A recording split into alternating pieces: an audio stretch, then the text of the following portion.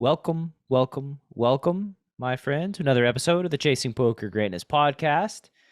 Today is Friday, which is a very philosophical day.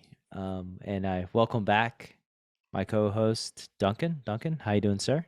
Good, very well, sir. How's everything with you? How's life? Life is good. Life is good. We were just talking about last week's episode and how the revenge came swift for Garrett. Regarding Dylan.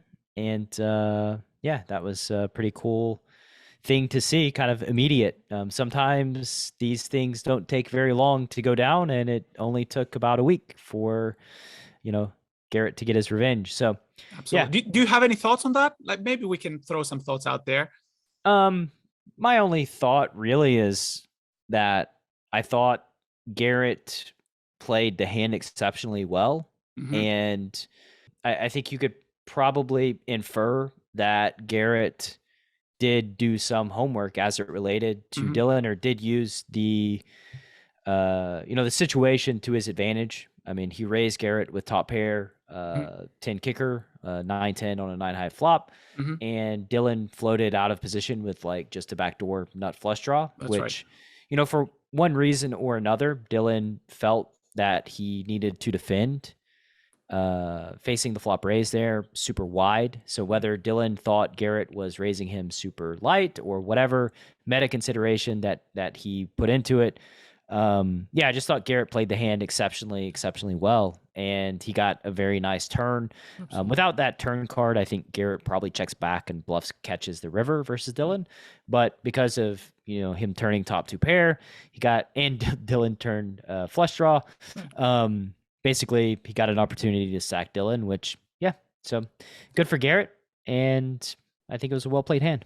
And I should also say that I think that Dylan played right into Garrett's strategy, because Garrett, the reason why Garrett raised on the flop, it was thinly for value. And then by calling, which is typically, I would say, this may sound a little bit controversial, but to me, I think if Dylan is folding there 100% of the time, he's perfectly fine. If you like, there is no reason in my book, like to make, I know some people will say, well, for balancing reasons, you can be exploited and things like that. I don't think there is much exploitation here to fold just like a backdoor flush draw. If he wants to really play, and I'm talking about the flop, if he really wants to stick around, I mean, he can put a check raise there for whatever reason. Yeah. I mean, Garrett raised big. It wasn't a small. Garrett raised really big. Like backdoor flush draw should be right in the muck. Absolutely. Yeah, there is no the ifs and buts. I know some people will start saying, well, maybe no, this is like 100% fold. There's absolutely no reason. And I think that was the reason why the strategy from Garrett was so beautiful, because he was going for thin value. Yeah, and he knew that he was going to get called light, and likely knew that Dylan is betting the flop too often and going to defend too frequently. And I mean, yeah, it was a beautifully played hand. And on the back end of that, we're gonna segue into this week's show on Philosophical Friday, which is all about angle shooting, everybody's favorite poker philosophical topic. And to start out this conversation, you wanted to start out by defining, what is angling, and would you like to give your thoughts on it? And I have a Poker News definition of angle shooting that appears right on the internet when I type it in Google. No, absolutely. And the first thing that I want to say is that, what is angling? I would say nobody knows. That would be my honest answer. Like, no, I do not think that anybody has a definition we agree with. It's like, it's as vague as, what is God? It's not very clear, and it's not agreed upon every individual who having these discussions what angling really is. I think what angling as a term is trying to represent is the idea of potentially bending the rules to a point where you're trying to get an unfair advantage, where you are at the cusp of playing within and outside of the rules. I think that's what people are usually thinking in terms of angling. Of course, the question becomes, where do the rules end, and where does the bending or overbending of that rules start? That is, I think, the real question. So personally, I do not think there is a clear definition of angling, but we can go ahead and discuss the one that Poker News has decided to give, and talk a little bit more about it. Yeah, and also just wanted to touch on like angle shooting because kind of how like I mean, another example is like in sports gamesmanship, Mhm, which is defined as the art of winning games by using various ploys and tactics to gain a psychological advantage, mhm. which I think is pretty applicable to Absolutely. what most people think of angle shooting. But the pokernews.com definition is the act of using various underhanded, unfair methods to take advantage of inexperienced opponents. Yeah. What do you And mean by unfair? That's the problem there, right? So this well, is and inexperienced. So can you do it against experienced opponents? Then it's okay. I a- guess a- that's a a- problem too, right? another question too. Exactly. So this is, again, this is super vague. It like philosophers have run into problems for decades. For those of you who are interested in, popular philosophy, you might have heard of Sororities Paradox, or sometimes called Theseus ship. And the idea is something like along the lines of the following. So imagine that you have, let's say, what constitutes of a crowd, right? I mean, let's say that we have 100 people in a concert. Is that a crowd? Okay, cool. So if we remove one person from the crowd, is that still a crowd? Like at what point a crowd stops being a crowd? You get the Yes. idea. And then Yeah. similarly, I no, go had ahead. this question. I had this question the other day. I asked, "What is an orgy?" Like like two people, that's a couple, and then three is a threesome. Like, is it 4 or 5 or 6? I don't know. Like, It's at an what excellent point question. does it constitute, right? Quality content right here, Philosophical Fridays. That's That's exactly right. No, exactly. exactly correct. But really the issue, I think the majority of the issues come from vagueness. That thing about fairness is as nonsensical as me saying that I believe in Faruchi Tucci. What is Faruchi Tucci? Exactly. Exactly. Like you need to be very specific, and to be fair, these things are not easy, right? Again, like, sometimes people telling me, Duncan, do you believe in God? I mean, I'm like, I don't know what you're talking about. I don't think, like anybody agrees on what that question means. To me, that's a question that's not well defined. I don't understand the question to give an answer. Honestly, I don't mean to avoid Yeah. the question. So similarly with angling, if we decide to define the rules clearly, like to give clear definitions of the rules, then perhaps we can make a decision on what is fair or unfair. Now, the problem is this is not always easy. And we have to work and look at what the rules are. And usually what happens, and this is a very long-wielded answer, and I apologize for that, but what usually happens, and WSOP is a living testament to that, because the rules are not clear and can never be 100% clear, more rules come into place, and then more rules come into place to replace those. And then before we know it, we have like I don't know if you've read the rules of WSOP, right? I mean, I it's have just, not. I don't think anybody has. It's like pages upon pages because again, we cannot clearly define our rules, right? It's just Right. so complicated. Yeah. And I agree. And that's sort of where that's the rub, right? Is it because we can't clearly define everything? We don't know what's acceptable and what's not acceptable. And a lot of times, what is ethical or unethical or moral is based on our own set of values that we then project onto the world and assume that because this is my set of values, that everybody should fall under the same set. And you can see the problem when everybody's projecting their own set of values onto a specific thing. There's a Right. lot of room for confusion Right. because everybody's value system is different. Exactly, absolutely correct. People are interpreting the same thing in two different ways, and they can reach to different conclusions. And this is actually, I think that's okay as long as we understand where we're coming from. And I actually have an example which I think it might be relevant to this. I often tell my students, and not everybody will agree with me. I don't know what your opinion is about lying, but I think lying is very hurtful to the person itself who actually does the lying. I do, and again, this is just, again, talking about personal values. That's how I view lying as, in order to lie to somebody, you usually first have to lie to yourself. So it can be very damaging and have possible negative consequences. I know some people who disagree. Some people think that white lies are okay. There's huge philosophical discussions as like, I believe Immanuel Kant was the one who was saying that, any sort of lying, should be should be avoided. Again, Yes, philosopher. the serial killer question. The If you serial wanna, killer at your door, right? yeah, serial killer at your door, and like, I'm gonna kill your kids. Where are your kids? And do you tell the serial killer the truth, or do you lie? Right? Exactly. So there are different, and we can. I think that's an excellent and very interesting question to go to. But I think our audience is going to kill us again if we go for like 3 hours again. Yes. But to the point, I always tell my students that I view lying at the poker table as inherently okay. Like if anybody lies at the poker table about their hand, they can do it at any point with like any without any consequences. At least like if somebody lies to me, I wouldn't hold it against it.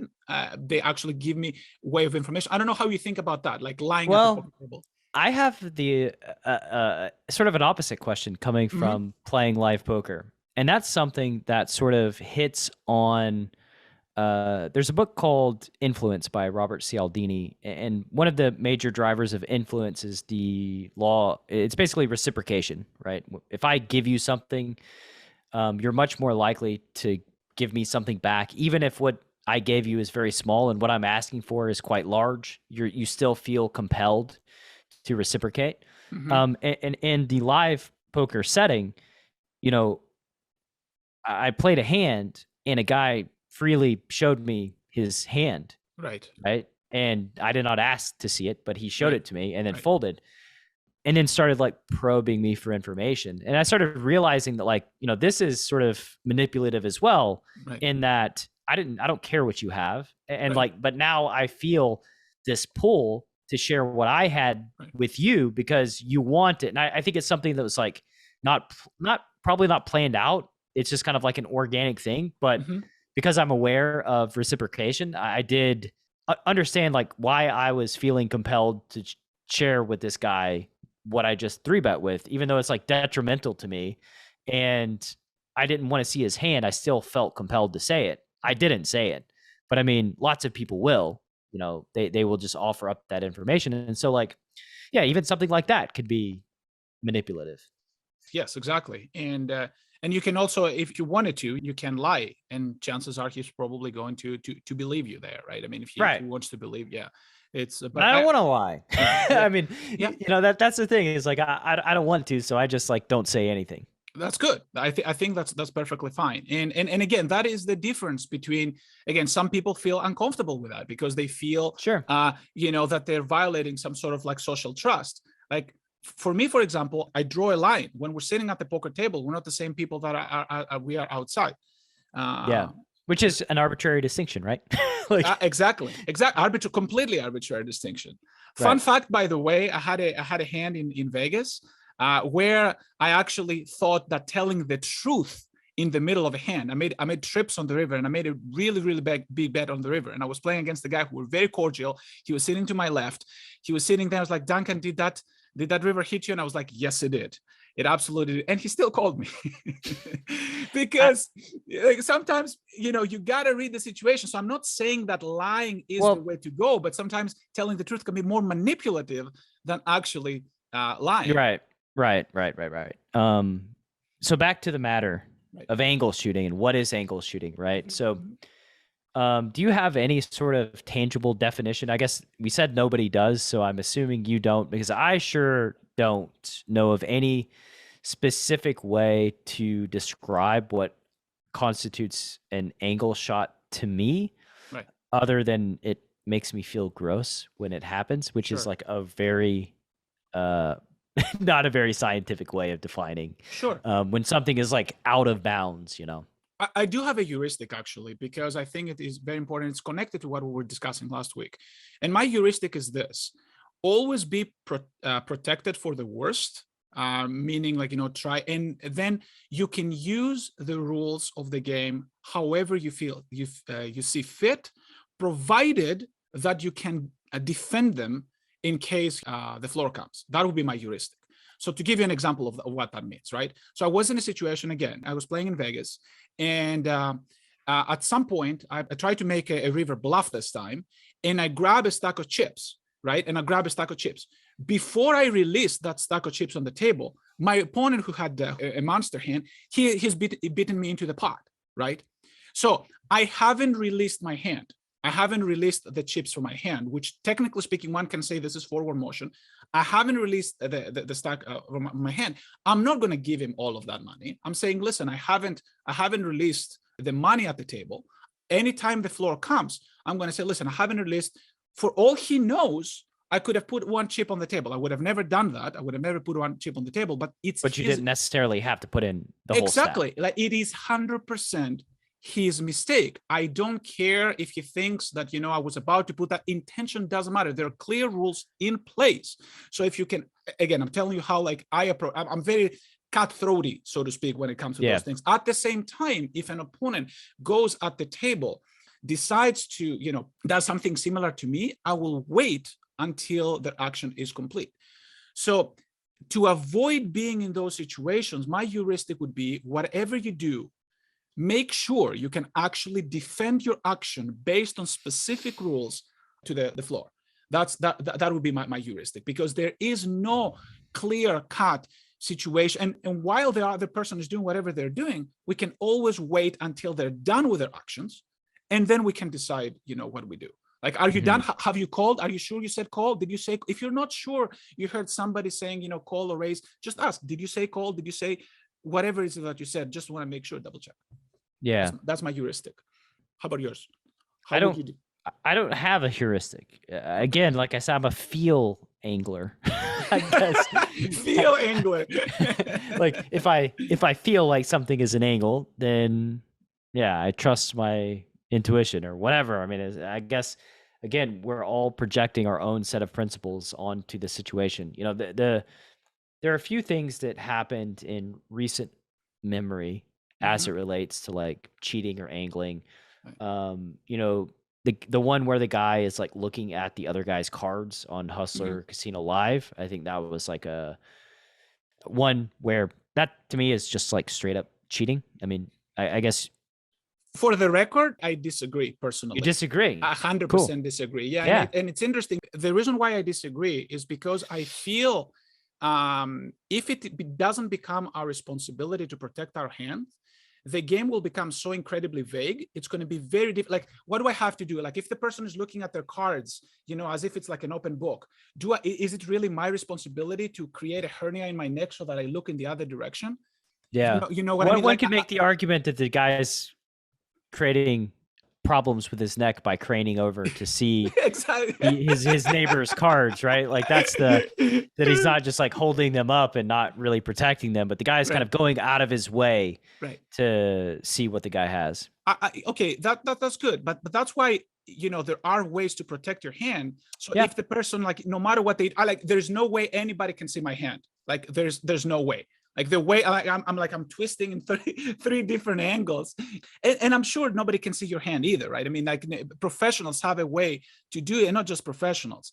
So my point is, I do believe it is 100% our responsibility, 100% our responsibility to protect ourselves, which is why, you know, like, make sure, take your time with all the decisions, make sure you're not being preyed upon. Like I like the decision to be on me versus on other people, if that makes sense. It makes a lot of sense. Right? I think I want to be responsible versus the other people, because if the other people are responsible, I cannot control that, but I can control my responsibility, if that makes sense, right? Yeah, I can control my action for yourself. Yep. Exactly.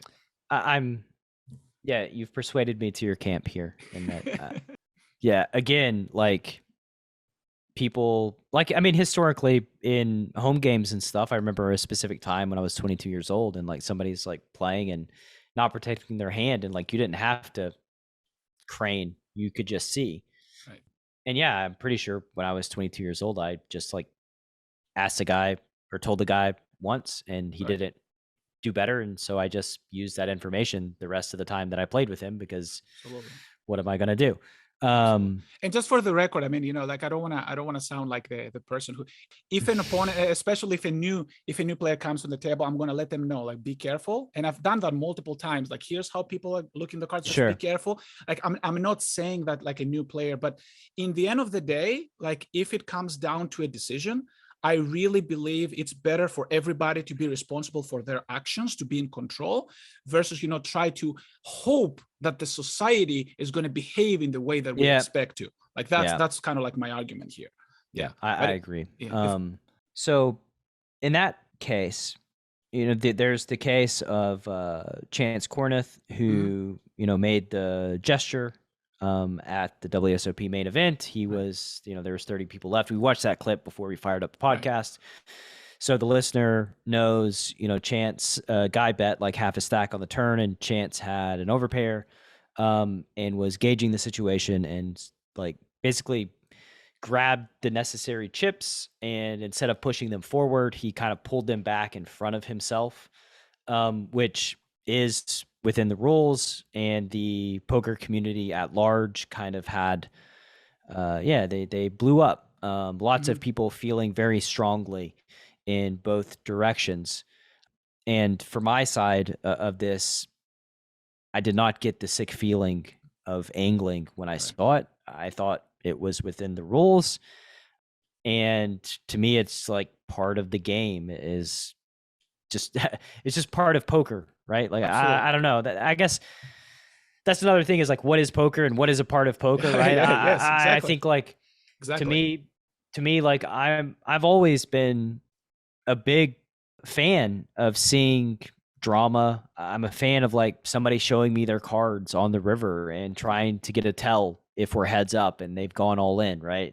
Or I've gone all in and they're trying to decide whether or not to make a big fold. Like I'm fine with all of that, but I think that I'm biased because I benefit from all of that because I can navigate it much better than most other human beings.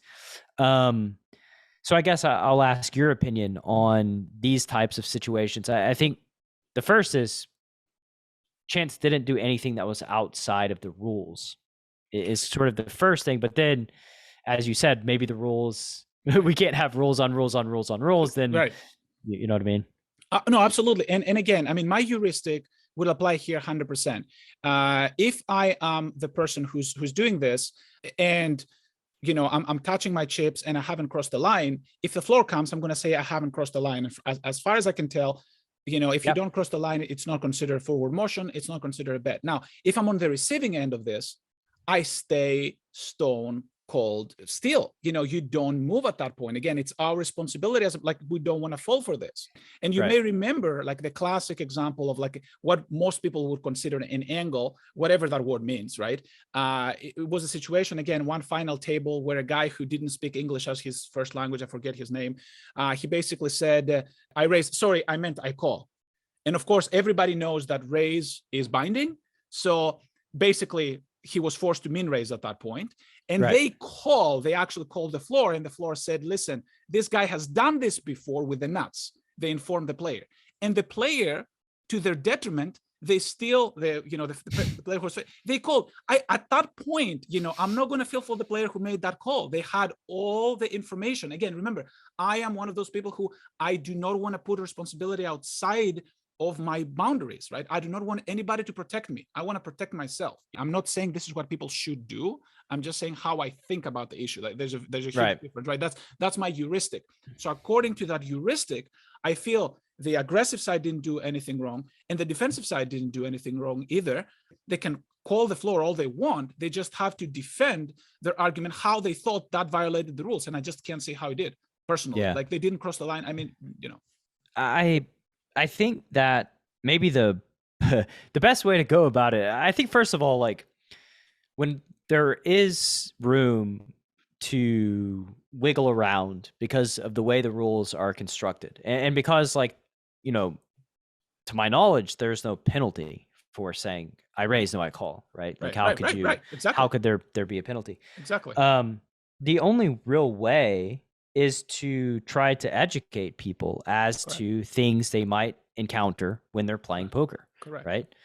You may encounter someone who's trying to look at your hand, and that's why protecting your hand is quite important. Exactly. Don't expect society to change for you. Just learn how to protect yourself, essentially. Right. Exactly. Educate yourself, and I agree with that because that's the only thing we have control.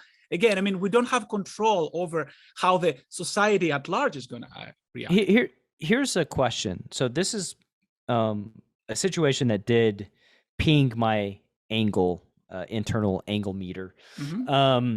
So I was playing at Matrix in the Bay Area, and these two guys get involved in a big pot. It's like a 4 or 5 bet situation.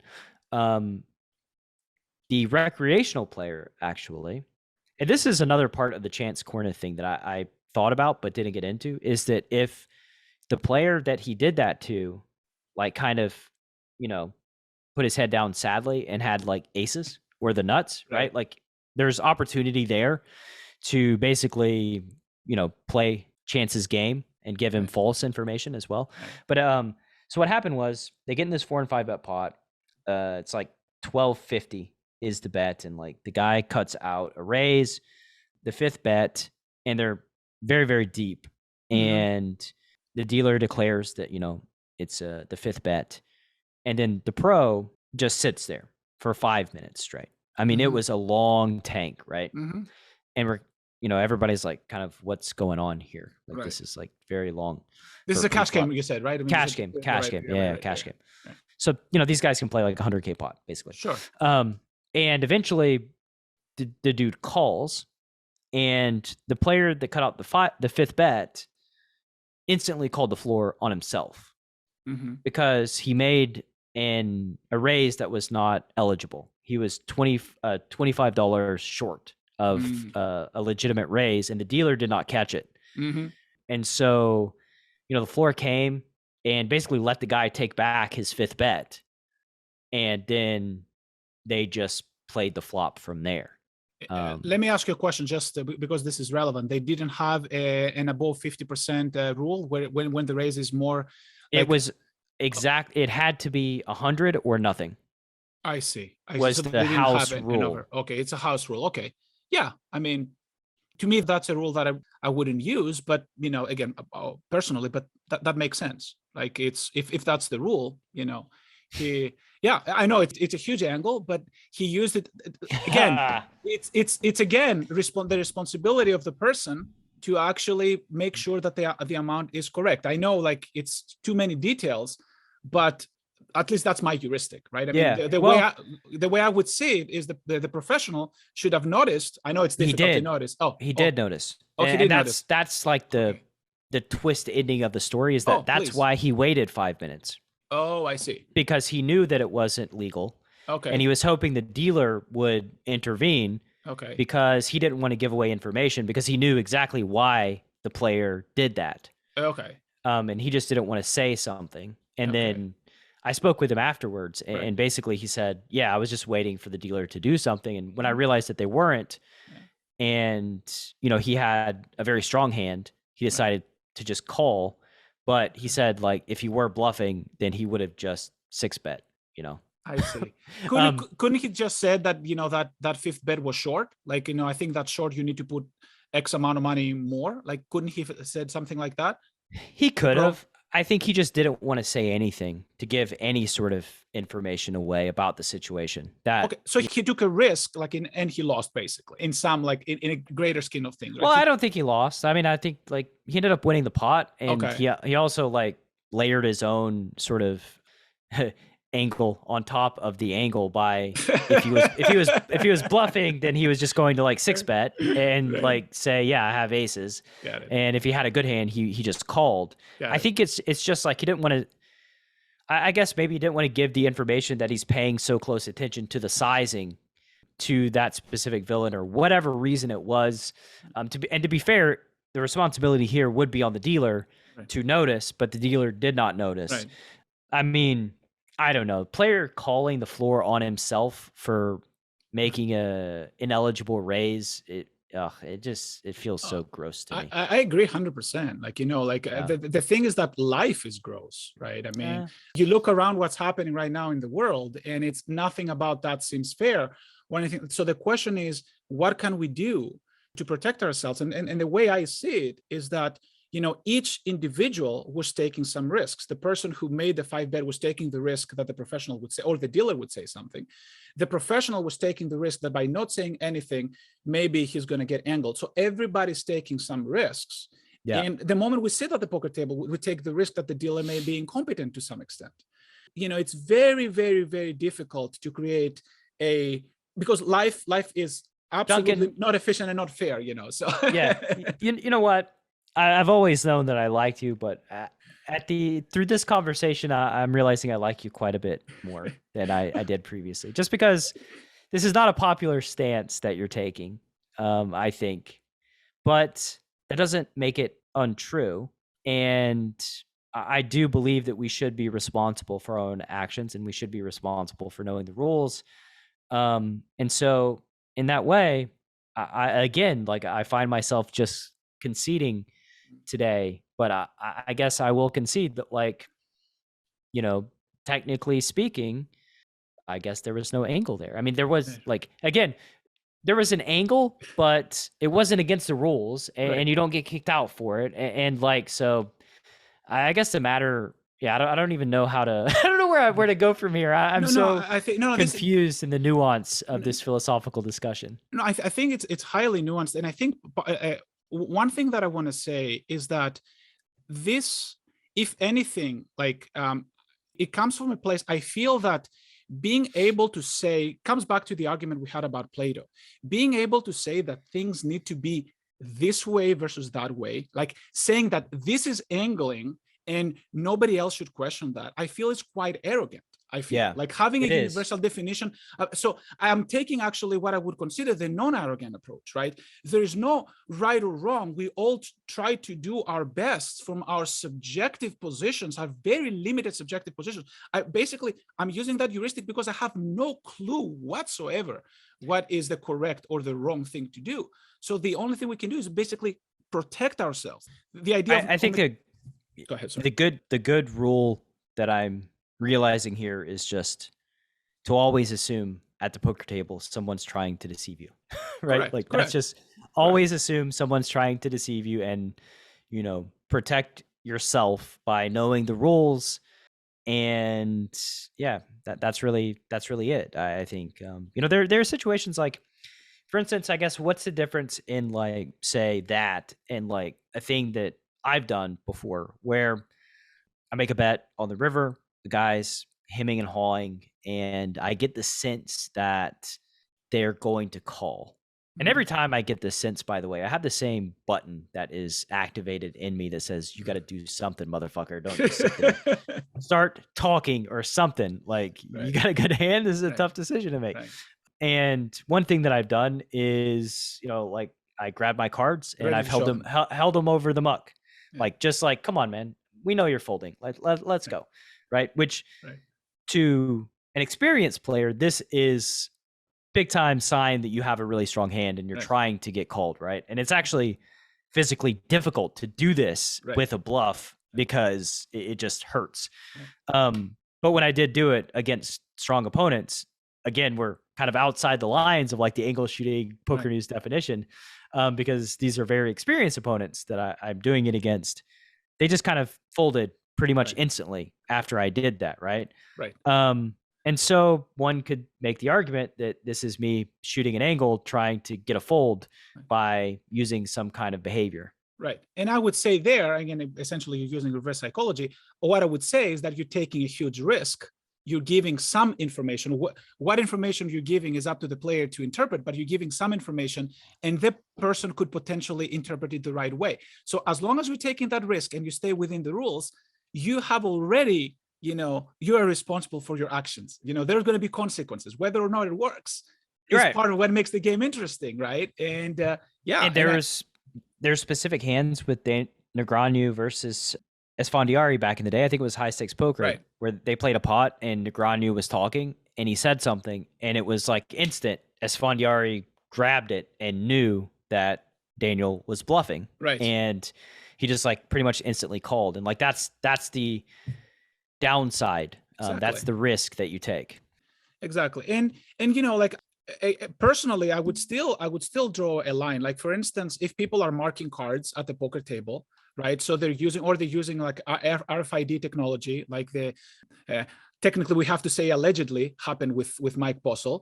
So then yeah, I mean, then there's something different there, because that's really violating rules, violating specific rules that say, listen, you're not allowed to mark the cards, right? So I don't condone cheating in any way, shape, or form. But I'll tell you one more thing though about cheating. Who is the number one responsible person if you get cheated? You are. You are, exactly, not the cheater. So because you put yourself in that situation, you may say, well, I didn't know about it. Well, nobody else can protect you. That's the problem. We are the number one person responsible when we get cheated, right? And the number one person responsible. And of course, I mean, we can protect ourselves by actually either reporting that person, never play that game again, having all of these heuristics, but we are the number one person responsible when we get cheated. Which sort of brings me to the next question. How can we protect ourselves? What will be some ways we can get stronger when we're sitting at the poker table? I mean, we're all putting like tremendous amount of hours, and the more we play, the more opportunities our opponents have to do something, either by accident or on purpose. How do we protect ourselves? Why don't we throw out some ideas of things that we can do at the poker table? How do we protect ourselves? I mean, I think the first thing that I just mentioned was always assume in a game of deception that everybody's lying to you.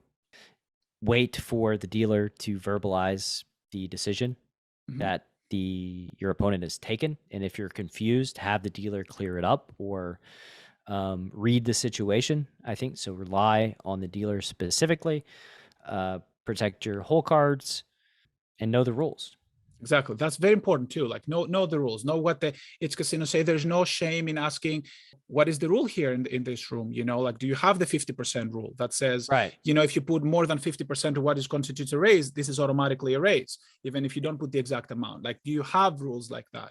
I would say from the casino side, having like frequently not violated, but frequently asked question for like the rules of this specific place that you're playing poker at. Like, does it differ from anywhere else, and if so, how does it differ, so that you can have awareness. There's nothing, if somebody manipulates the rules in 10 different ways, or like different people manipulate the same rule many times, the casino should make it apparent and obvious what the rule is, so that you can like guard against said behavior, right? I think that like ultimately that's the casino's responsibility. I think. I mean, because you go play in many different card rooms, and like you don't get a set of rules. You just buy in and play, and whatever the rules are, you try to abide by them. But oftentimes you're just ignorant and unaware because they don't hand you a rule booklet when you sit down. So having rules more prominent in card rooms themselves, I think, would also be helpful in protecting their players. Right. That's a good point. And essentially players are shopping around, which casino do we choose? Do we choose casino A versus casino B? Maybe, there's less gray areas in casino B because they're enforcing the rules more clearly, and, they're less borderline stuff. Yeah, I would say there is a responsibility there too. Like when something like that happened at the Matrix, is like, why don't players know that this rule is different here than it is in a lot of other places? That should be very obvious to the players so that they don't get taken advantage of. Right. Absolutely. And what do you think, like, at the poker table can, like, specifically, what are some other things that players can do? Like, to give you, let me make it more specific. Should people at the poker table try to be sticklers to the rules? Like, for instance, do you think it's a good idea to wait for your turn to show your cards on showdown? Let's say that you make a bet, or let's say your opponent make a bet for whatever reason, you make a call. Technically, they have to show their hand, and they say, again, to connect with the conversation from last week, they say you're good. Do you think you should turn it over, or do you think you should wait for them to show their cards? Just because, I mean, the rules say that they have to show their cards first. What are your So I'm going to show my cards when they say I'm good, because I think this is a game, like it's a very communal and social game. And to someone who I don't know, that is just a stranger that I'm playing poker against, I tend to not want to harm that relationship and want the game to be, fun and active and lively and all of these things. And I think that, like, when somebody says you're good, I tend to just trust them and show my hand. And I think that, like, there are in a lot of cases, folks are kind of ashamed. They don't Mhm. want to show their hand. And I don't Mm. necessarily feel the need to make someone feel shame for bluffing if they don't want to. So like I win the pot, you can fold discreetly, and that's fine with me. I don't care. Absolutely. And you see, I love that answer because that answer assumes responsibility. Like essentially, I'm translating a little bit, but we're saying, you know what? I know that I'm potentially like giving something away or I don't get that information, and I'm taking some sort of like a risk of sorts, not necessarily to get angled, but or slow rolled, like in Dylan's case. But you're basically saying, I understand the cost, but I'm willing to pay it because the benefit, the bigger picture, the broader picture, I want to keep the game engaging. And I understand that. And I love that. And I think that's the approach where we can make decisions. There's no right or wrong decision. The question is, do you understand the consequences if the situation goes one way or versus the other? And you seem to totally understand it. Like I would say that there's certain situations where waiting for your opponent to show may be more applicable. But in general, and I agree with you 100%, I'm exactly the same way. When you read the situation, people are having a lot of fun. You don't want them to leave the table. But at the same time, by doing this, you're not getting all the information from the opponent. This is something that we need to understand. So I think the perspective is very relevant there too, understanding what we're giving up in order to get something else. Like it's important to have perspective on things. But I really love that answer, really do. So I think that's it for this episode of Philosophical Friday. I think we went through the list. How can we protect ourselves? You have thoroughly convinced me that I don't even, what is an angle? Yeah, I thoroughly convinced you that I don't know anything. So there's no angles. Nobody's ever shooting any angles in poker. But no, I think that the clear line is marking cards. This is obvious. Using an RFID reader, gaining access to like God mode in some way. I think all of these things, having a mechanic dealing the game, right, where it's rigged, where you're basically rigging the rules of the game, collusion, I think is obviously against the rules. All of these things are like violations, and obviously, would one even call them like angles, or would they just call them breaking cheating of rules, right, cheating? yeah, right? Yeah, exactly. And again, I mean, we're getting into that realm. What is really cheating? Like Yeah. it's angling is on basically steroids. cheating light. Exactly. Angling is cheating light, and cheating is angling on steroids. It's just, but we're just playing with words. But I'd say the message is: do not hope the world to change. Just find a way to fit yourself into the world of poker and in general. I love that, and I do agree with that completely. And it's very relevant, I think, in this day and age. And yeah, with that said, Philosophical Friday is coming to a close, and we'll talk to you next week. Excellent.